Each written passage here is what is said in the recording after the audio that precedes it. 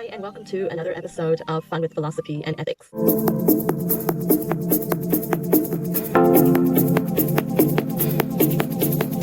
are you babbling about? Last time we talked about how morality has been seen to change from place to place, and time to time, and people to people.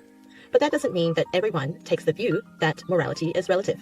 So this leads us to two different camps of view around morality and whether or not it can change depending on the circumstances. So one camp are called absolutists, and the other group are called relativists. Absolutists believe that no matter the circumstance, the time, or period, regardless of all the other contributing factors, right is right and wrong is wrong. And if something is right, it has always been right, even if a long time ago people didn't think so, or even if in the future people again won't think so. The fact of the matter is that the thing that was right to do or the thing that was wrong to do has always been so. That is the opinion of the absolutists. Now, the relativists say that it depends. It really depends. It depends on the circumstances. It depends on a whole range of contributing factors. Let's look into an example of an issue that can raise just these very questions that tend to divide absolutists and relativists. So we're going to be talking about quite a tough topic. You're a goody little two-shoes. You're a goody little two-shoes. Goody little two-shoes. Little goody two-shoes. Little goody two-shoes. Little goody two-shoes. Little goody two-shoes. And this is something that is very important to us in New Zealand with the end-of-life choice bill referendum soon approaching.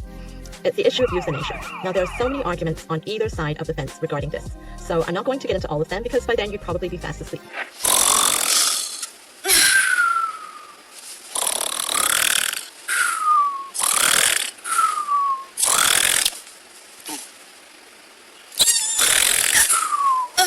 But it is an important issue, so I'm going to touch on some of the main arguments for and against. So a lot of people say that the reason it is important for euthanasia to be an option for people is because we deserve the right to choose.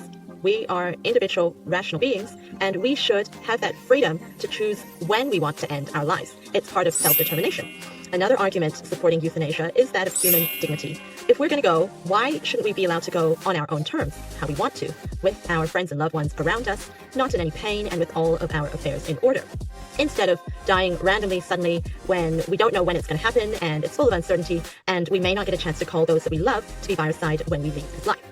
A third argument supporting euthanasia is that we already do this for animals who are in pain. So in the very least, if someone is terminally ill and they're suffering, in the same way that we put animals down, we should allow people that option as well. And finally, another argument supporting euthanasia is that of cost. I remember many years ago, I had a friend whose grandma had cancer, and their family spent all of their savings. They spent $80,000 trying to keep her alive on life support. And she lasted a good extra 6 months, and then sadly she passed away.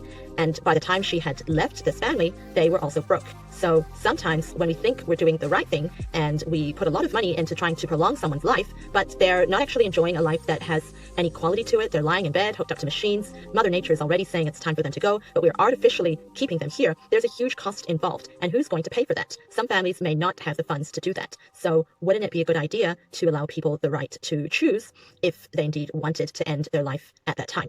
Now let's look at some of the arguments against euthanasia. So one big concern that people have is that if we allow euthanasia, there is a good chance that people who don't actually want to end their lives at this stage might feel that they are under a lot of pressure because the option is available.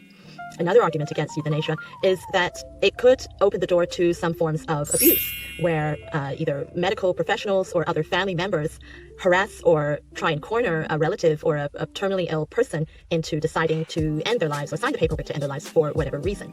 And obviously, we don't want that to happen. Another reason that people give against euthanasia is that they are worried that over time we may tend to respect life less. Because we are getting used to taking it, then we might not value it as much. And that's a fair argument as well.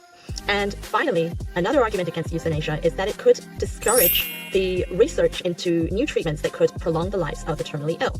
Because let's not forget, a lot of people who are terminally ill still want to live. So what about them?